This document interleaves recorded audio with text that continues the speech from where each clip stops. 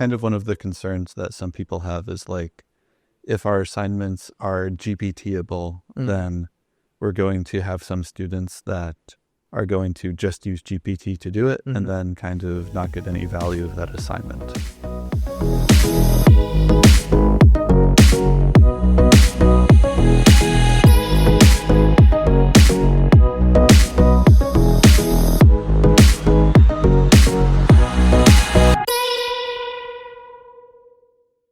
Hey everyone, my name is Dulf, Vincent Genis. I am back here at the Center for Innovation in Teaching and Learning, here with some great friends of mine. First up, we have...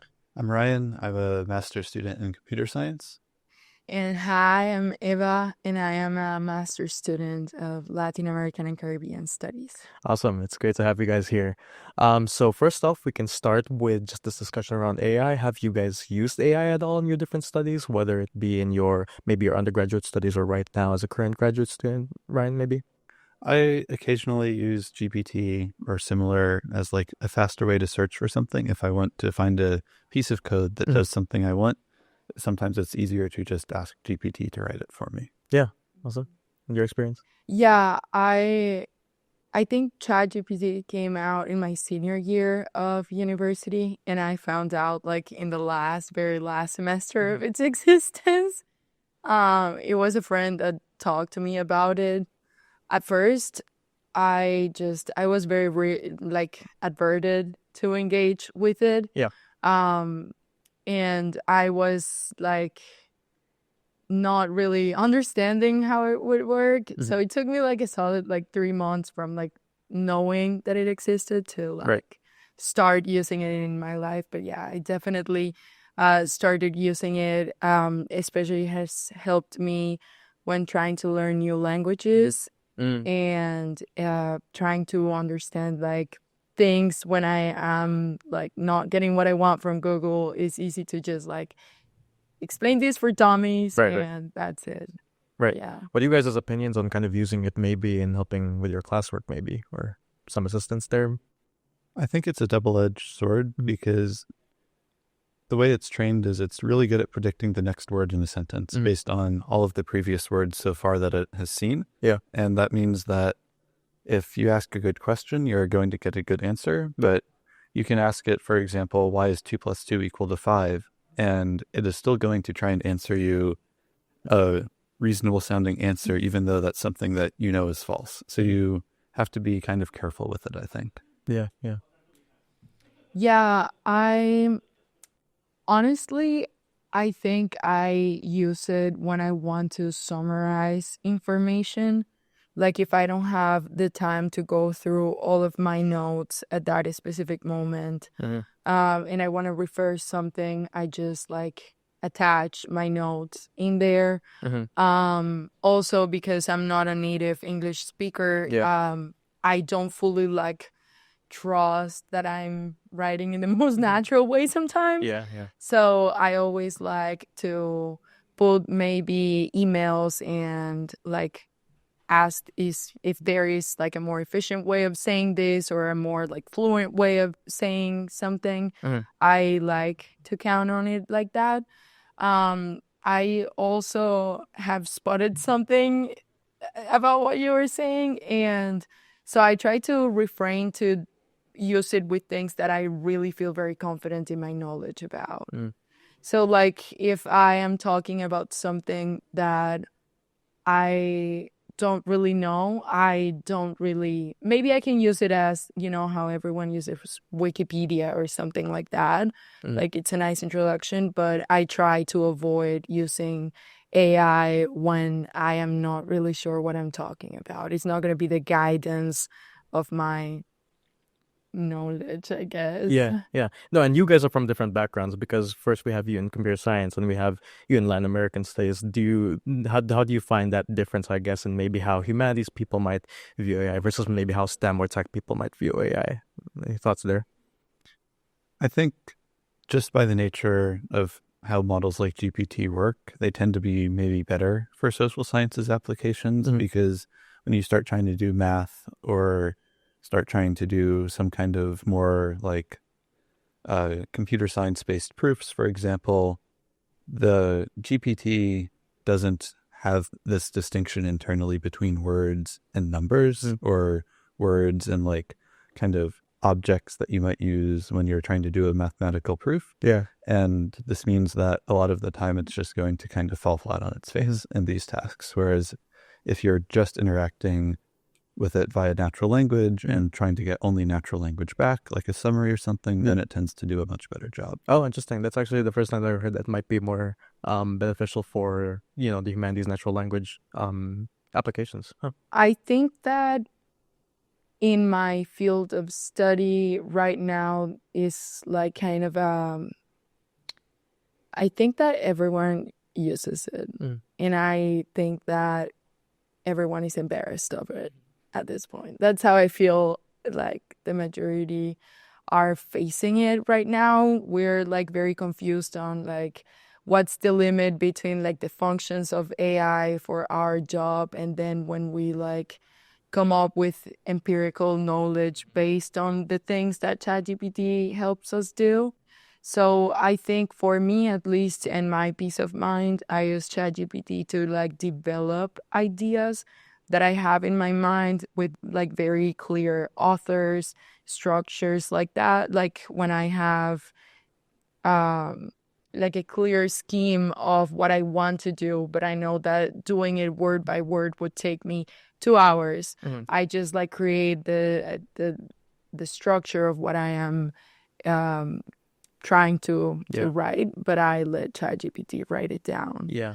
And I think that for me, the way that I have managed to use ChatGPT without like diving too much into the dilemmas of it all is I just try to use it like that, as how I previously explained, or just to collapse information. Yep. And I think that trying to keep it very much like separated from when I am trying to, analyze data, especially qualitative data and things like that, I want to make sure that I am the one that is producing the ideas and not. Yeah. Yeah. And you mentioned a good point, Ryan. Do you see that especially with people in STEM or computer science or tech, that people, although ChatGPT, for example, large language models like that might be good for assisting in classes or teaching or whatever, do you kind of feel that people are embarrassed to use it maybe sometimes? I don't think so. And occasionally I do see that in computer science, but by and large, it's accepted practice for everyone to use it. Oh. I've been at internships where they said, okay, every developer in this company can use GPT. Oh, nice. We've given you a subscription. So I think there's far less gave you stigma a in computer science. Nice. Huh. How do you guys see it play out in your personal lives? I use it a lot, especially for recipes a lot. Yeah. And something that I actually had this friend do it for me. She took like a picture of a pasta that was not like, it was not a successful attempt, okay? And we were like, why? Because we couldn't really understand what did we do wrong. And then ChatGPT was like, so it looks that you need a little bit more flour, a little bit more of that. And I was like, thank you. Like, I'm not gonna say no. That's funny because me and Ryan, like, on a personal level, just exchange recipes all the time. So then we might start using it. Well, if you're comfortable with it, I might start using it. It's just for my own things. How do you guys see it playing out, I guess, in the career field then? I guess talking about your knowledge of maybe how you see it in the news, how maybe your peers might see it, either people who are in grad school now or how they might maybe think negatively about it as they're graduating from graduate school and going into the workforce. Do you guys have any thoughts about what you've seen so far? I think, at least in computer science, it's now become so normalized that people see language models as just like another kind of tool you can use. It's not any different than using a code editor instead of using Notepad. It's just like, it's a thing that everyone uses, and I don't think there's all that much fear around it because, like, yes, it can write the basic code for you, but that's, I don't think, really ever been the hard part of doing coding. It's figuring out what you need to write. And at a large scale, models still can't really do that well. So right now they're just kind of like this useful tool that you can use to automate some of the boring stuff. Yeah. And you, Eva? I think that, again, so like, for example, when you create a literature review, I think that the empirical analysis is something that you can't really extract Mm-hmm. from ChatGPT, and I think it would be actually a mistake. Mm. And that's, for example, something me as a TA, Yeah. I suggest to my students, like, you can put your whole notes in ChatGPT and ask it to like generate exam prompts, essay prompts, and things like this, and then you can work on it. So these are ways in which you're making yourself smarter by that. But then at the same time, we do, for example, weekly discussion questions, and I have never like said anything in regards to AI, and I can see very clearly when someone has used AI and exclusively AI, and when someone has used AI and their brains, when someone has just used their brains. And I do think that um, the level of sophistication that you can arrive to when you are saving time in doing the mechanical stuff. So like, for example, I might not trust ChatGPT, going back to the literature review example, to choose my authors, but I might ask ChatGPT to like alphabetically categorize my authors. Or like if I have a whole paragraph of um contrasting two authors, then I can like ask ChatGPT to like take that information and put it in a chart for a comparison chart, you know? So this is a way I think that you can allocate your time more wisely, producing a level of sophistication that you couldn't have been able to otherwise. Does that make sense? Yeah, and you mentioned your experience a little bit as a TA. How's that experience? Well, for both of you, how's that experience been so far? Because I feel like you guys have it's a little bit of a new stint for you guys, maybe being a little bit early in your grad student experience. Generally, like I've had a lot of experience as an undergrad with teaching, so it kind of feels like a continuation. And like the difference between now and earlier in my undergrad is that when I first started out as course staff, ChatGPT did not exist. And I've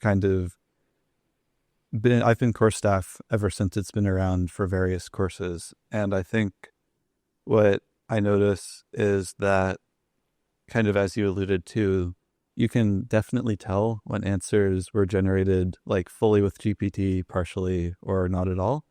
And a lot of the time, like the answers that are generated fully with GPT are not technically incorrect, but they tend to be more surface level. Yeah.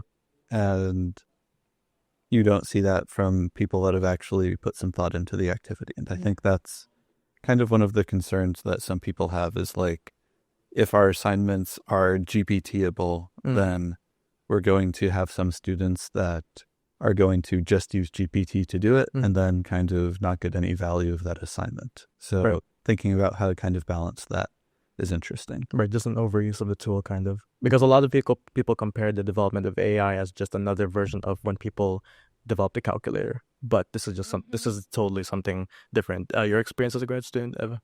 Yeah, I think that so I have suggested that to my students of like using it for support for exams, preparation.